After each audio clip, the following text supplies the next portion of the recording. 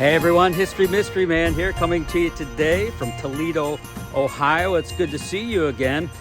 Now, if you haven't noticed by now, I'm absolutely fascinated with the Great Lakes Maritime industry and equally fascinated with the story of the Edmund Fitzgerald, including the ship's captain, Captain Ernest McSorley, who lived here in Toledo with his lovely wife, Nellie. This was their residence when the great ship went down in 1975. Now, I am so fascinated with McSorley, and I've often wondered why there isn't more information out there about him, his life. That's what's so interesting to me. We know very little about Captain McSorley. We know he was born in Spencerville, Ontario, grew up as a boy in Ogdensburg, New York. I spent a winter there in Ogdensburg dredging on the St. Lawrence Seaway. What a trip that was. But he grew up in Ogdensburg, New York as a kid and then moved to the Toledo area where he worked on the Great Lakes for 40 plus years. So he spent the majority of his life in Toledo, Ottawa Hills specifically, and in that home, that being his last residence. So we are going to wrap up this year's edition of my Great Lakes Maritime adventure with another video on the Edmund Fitzgerald. I started with the Edmund Fitzgerald. I'm going to finish with the Edmund Fitzgerald. Another sit down with your all-time favorite, Captain Darrell Walton. I want to thank him for all he brought to my channel. The personality, the grit, the expertise, everything about him really resonated with my audience, and I'm so grateful. Thank you, Captain Darrell Walton. The final edition this year will revolve around a question. That question being the idea of the Edmund Fitzgerald being a grave site. Is it a grave site, never to be touched again, or should it continually be explored so that we can attempt to learn more about what happened? Should it be a grave site, or should it be open for exploration? That's the question I posed to Captain Darrell, so you'll get his take. An interesting take he has, by the way, on the subject. Anyway, thank you so much for watching. I appreciate all of you. Please subscribe, like, share, and all that good stuff. Forever grateful. History Mystery Man on duty and at your service. Enjoy the show.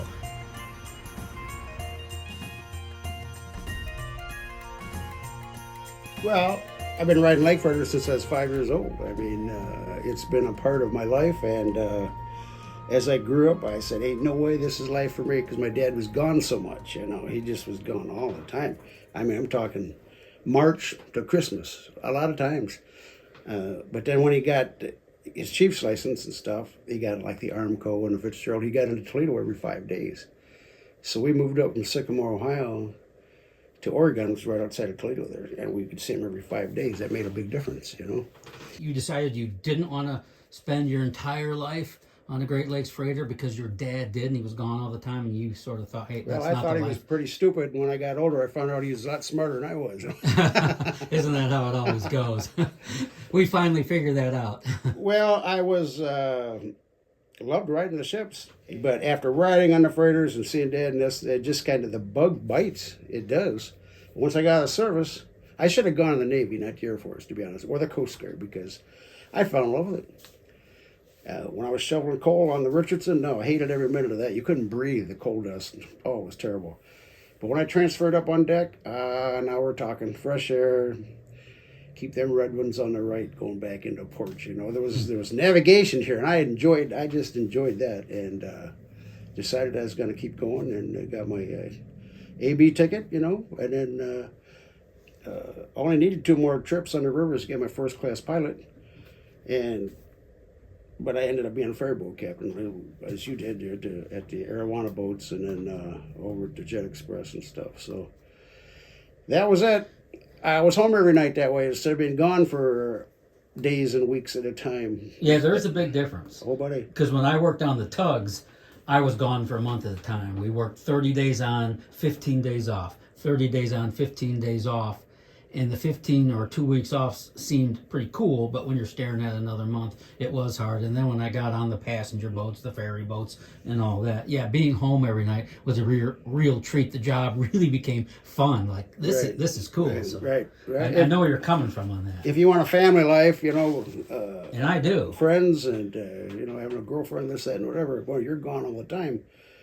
It's, the old saying, there's a girl in every port. Well, you get Not on the boat. Of course, there is now, probably. Well, I assume there are female mates on the ships now. I mean, plus the union contracts, I think they got to where 60 on, 30 off, all with pay. Now, that's not a bad tour of duty there. not a bad gig. So, because there was just, in my day growing up, all my mom and dad's friends, they've been divorced about 3 times because it was very difficult for the woman to just stay at home while the guy's gone all the time. Absolutely. I didn't want that kind of life until I got out of service and I saw what it was all about. And once that bug bites, it don't ever leave you. No, I know. I have it. I've bitten years ago. It's still there. So, yeah. I did want to wrap up this season of Great Lakes Maritime Adventure with you with some final thoughts on the Edmund Fitzgerald.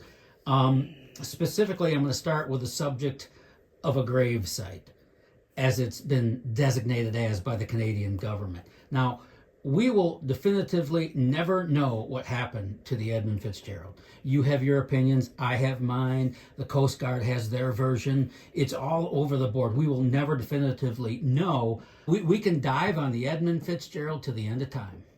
And I don't care how many times you go down on that thing, you're always going to have open remaining questions.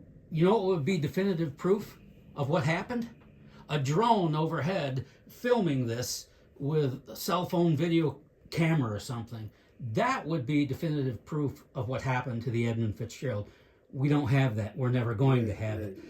In knowing we're never going to know. Leave the site alone as it is now. Where are you on this? Do you feel like we got to keep going back for more? I feel badly for the people that lost loved ones. I mean, we lost our uncle, I feel bad about that. To me, I would think, and I know I differ from my brother Tom on this, I want to make sure this never happens again. I mean, that's what they said about the Bradley. Oh, this should never happen again. Well, the Morel a few years later goes down, and then a few years later the Fitz goes down. I think you hit the nail on the head when you say we're never going to really know for sure, because if she had a hole punched in the bottom of her, if it's in that middle section, it's destroyed. And if it's in the bow section, it's yay deep in mud, so you're never going to know that, But to say that you can't dive on this boat, but you can dive on that one. The Kamloop's a classic example off of Isle Royale. You can dive on, the whole crew's interred inside there. People have been scuba, they've seen them. There's a guy in the engine room that, when you're a scuba, I'm not a scuba diver, but you're displacing water. And as you go ahead, that water rushes back in, and I hope I don't turn anybody off here, but this body would follow them because there's no current in there, and it would follow the wake of them. And they call him Whitey because he's deathly white, and you could say that's disturbing a gravesite. I guess you could, but they didn't stop them from diving on that. To dive on it, let them dive on it, I say. But to go inside, they got the logbook. They dove on the Morel and got the logbook. They went in the pilot house and got the logbook. They've got the logbook to this day of the Morel to show what was going on. They had to get in the pilot house to get that. So to go through individual cabins, no, I wouldn't want them to do that. No way, Jose. But it'd be nice to get the logbook out of there to uncover more secrets. Well, exactly. Is there a difference between going to a graveyard and visiting your mother or father's grave?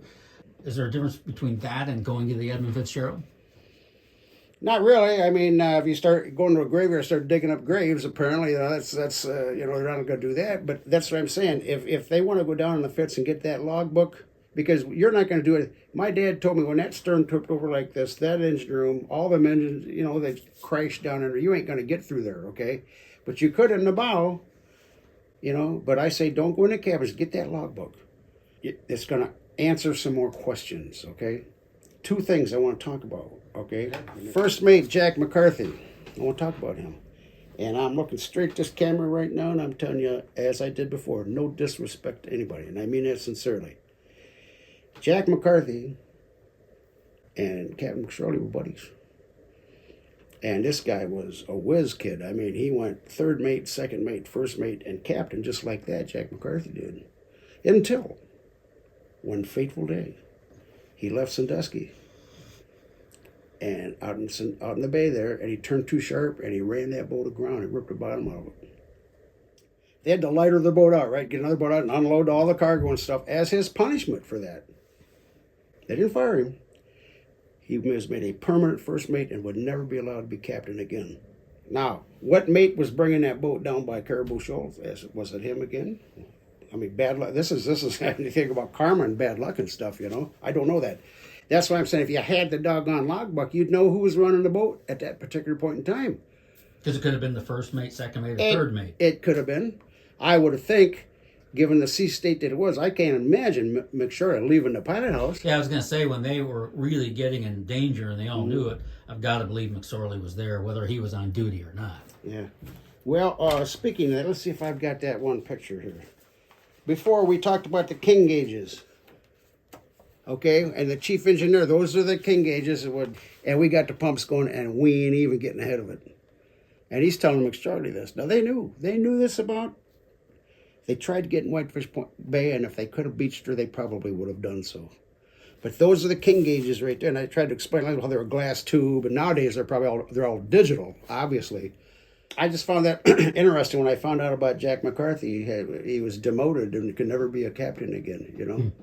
One time, Captain Paulser, now during the 60s, water levels were real high in the Great Lakes, real high.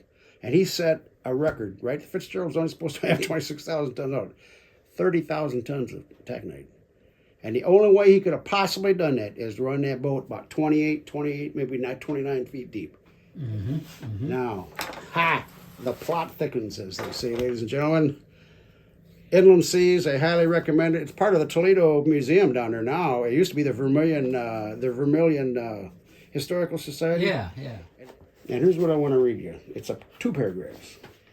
Okay, this particular year, and this is a guy that sailed on it. He wrote a bunch of stories about it. He was a crew member that got off before it sank, obviously. The year in the Fitz was fairly uneventful. 28 trips were within 10 minutes each other on running time. It was like being on a Greyhound bus, except for the time we were downbound, loaded in the MacArthur Lock at the Sioux, trying to beat another boat out of the Poe Lock. There's, you've got the POA, like Edgar Allan Poe, and the MacArthur Lock. It was a slower boat, and they wanted to beat him out of there so that they didn't have to follow this slow boat down the river. The captain ordered too much speed. They're in the locks now. He ordered to leave. He ordered too much speed on the engine, and in the confined area of the lock, which caused the propeller to suck all of the water out from under that hull, the bottom of the boat slammed on the lock, bam, bam, bam, 3 or 4 times before he eased up on the throttle and the water came back in. If the Fitz was ballasted in a certain way when the sea started to build and it was necessary to ballast in a hurry, there was one spot during the process that wave action would cause the engine room deck to drop out from under my feet while I was standing back by the generators. Could you imagine be standing on a certain, just boom, that's how much this boat was flexing. I mean, how many years can you bend a... Let's see, for the Edmund Fitzgerald from 1958 to 1975, 60... Yeah, I mean, how many years is that? That's how many years. 17 years she was out there. That's how many years. You take a coat hanger and you do this, a metal coat hanger, and after a while, it's going to break. It's the way it is. I just thought that interesting about McCarthy, and I thought it was very interesting about how, because a lot of the damage the Fitz incurred was at the Sault Ste. Marie locks, other than that one minor collision she had there. Mm-hmm. And if she was on her last trip, she was supposed to be going in and have all this stuff fixed up that winter, and of course we all know that didn't work out too good. We didn't get there. You have been clear on your thoughts on why it went down. You believe it did go aground, Caribou Reef, nosedived, and then broke. But the United States Coast Guard, they have their version as well, that hatch covers failed, possibly leaning toward a faulty crew who didn't have the hatches fastened down appropriately. They even went as far to say that there is no Caribou Reef. They had plenty of water over there, no matter how close they were. Right. I mean, this is the findings from the Coast Guard. Further, they would say, well, the stern's sitting upside down and the hull there's nothing wrong with the hull. on the stern, there's no evidence of it bottoming out. Never mind the fact that there's 200 plus feet of the ship torn apart and missing, or if it went aground, it was probably there where it tore apart. You know, you feel like we should go back down and see if we can learn more. Okay, but more than likely we're not going to get that opportunity because the Canadian government said no. Okay, how about satisfying ourselves on what we do know? How about the fact that, you know, we know that the bow landed first. The way it's planted in the lake bed floor, the way the visor around the pilot house is bent all to you know what. In fact, the bow got there before much of the cargo did. So as the cargo was coming apart and coming down in the sea, the bow hit, boom, and then the taconite landed on top of the bow because the bow got there first. We know that. Right. That's my dad. That's what it was his theory on it. Bernie Cooper's theory on. He even told Coast Guard. He said, "I hope she just didn't take a nosedive," but her buoyancy factors were gone. They were so overloaded for the design of the boat. We've got some comments on, it wasn't overloaded. Yeah, it was. Read your history on this thing. When you talk about a design of the boat, it's like your car. Your car is designed to go 65, 70 mile an hour down the freeway. You don't drive at 120 mile an hour every day. It ain't going to hold together. We know because the visor, see, it's down like this. I don't buy anything else other than she nosedived in, and all that torque from an 18-foot propeller. Think about it. Boom, she hits the bottom, and the stern just disintegrates the midsection part of it, and that stern, over the side she goes. And upside down, and you're right, there's no telltale damage of the stern section, but you can't see the bow section, so obviously it's in the midsection where all that and that's why the logbook, I'm telling you, if you can get that, I just showed you the picture of the king gauges. Believe me, that chief engineer wrote everything down, and so did they write it down. What king gauges show this list, we're pumping out on this and that. That would answer a lot of questions. I say go get the logbook. That's what I say. But that 200 plus feet of section, the midsection of the Fitz is missing, and those secrets are never going to come back together. I did want to bring up one last thing that, quite honestly, I've not heard anything on. We know the Fitzgerald was taking on water. And by the way, the two vent covers that popped, those vent covers were vents for the ballast tanks. That's correct. Not the cargo holds. Right. So this tells me the ballast tanks, which would have been empty because the cargo is full, that if they popped, that means water was coming in. Okay? Coming in from the bottom. It might have been leaking from some of the hatches, I don't know. But the two vents popping tells me that water was coming in and coming in pretty doggone fast from the bottom, which leads to it going aground again. If she's leaking through the hatches, it's going in the cargo hold. It ain't going in the ballast tanks. Correct. You know, you'll see when they talk about the Morel and the Bradley, they're both unloaded, and they had 9,000 tons of water in the ballast tanks so she'd ride deeper in the water and run smoother. But the Fitzgerald's was empty. But in those king gauges, and that chief engineer is right there watching what's going on. So they annotated it in his. You're not going to get the engine room log, I'm sure of that. But I know that he told McSorley, and they wrote it down up in the pilot house. So I no disrespect to families and stuff. Go get that logbook, and it should answer a few more questions. One final thought. As the Fitzgerald got heavier and heavier because it was taking on water, we know that the 25 and 30-foot seas it was in, pummeling it to death. There's one other factor that I haven't heard mentioned anywhere. Maybe it has. I haven't found it yet. But the factor of ice forming on the ship to add to its weight. Now, I worked on a Great Lakes tug. We pushed and towed oil barges all over the Great Lakes. I went in spring, summer, winter, and fall. We never stopped. If it was frozen, we set off from the barge and broke ice. But what I do remember, if we bust out into the open sea, whether it was Superior or Michigan or Huron or wherever it was, you know, you're in 20-foot seas, and it was at times real temperature 20 below zero. So 2 deckhands for 6 hours would be out on deck because the minute those waves hit the bow of that boat or wherever they were landing, it would freeze instantly. Sure. So we were out there with Louisville Slugger baseball bats, sledgehammers, and pickaxes, pounding and swinging away and breaking ice off this tug so it didn't get too heavy. Now the Fitzgerald was in freezing conditions. They were icing up. Yeah, they were. Raining ice. There were blizzard conditions for a time. I mean, I haven't heard that said yet. Ice could be a contributing factor to bringing too much weight, taking away the buoyancy of this great ship. Have you thought about that? It's like Bernie Cooper said, we got him on radar, we can see him, and this big snow squall overtakes the Fitzgerald, and a couple minutes later the snow squall is gone, and the Fitzgerald's gone. Yeah, snow and ice added to the water they're taking out. She's getting lower and lower and lower in the water. That's why he said, I've never seen such season. He's been there 40 years, you know? Yeah. And that's why he's getting lower and lower. And you've got, boy, you better have positive buoyancy in a ship. Worst case scenario, neutral buoyancy, but you go negative buoyancy, you ain't gonna float too much longer, you know. Mm-hmm. And he shook the dice and he tried to get in Whitefish Bay. And now, in his defense, that I've been to Coppermine Point. That's you know, can you remember we talked about the Lake Superior Provincial Park up there? That's all rocks in there. I don't see how he could have, if he'd have beached the boat there with those wind and waves going like that, I don't know, he'd probably wreck the boat there. Mm-hmm. So he figured my best shot is to get into Whitefish Bay and run her up where she's shallower. That's pure speculation on my part.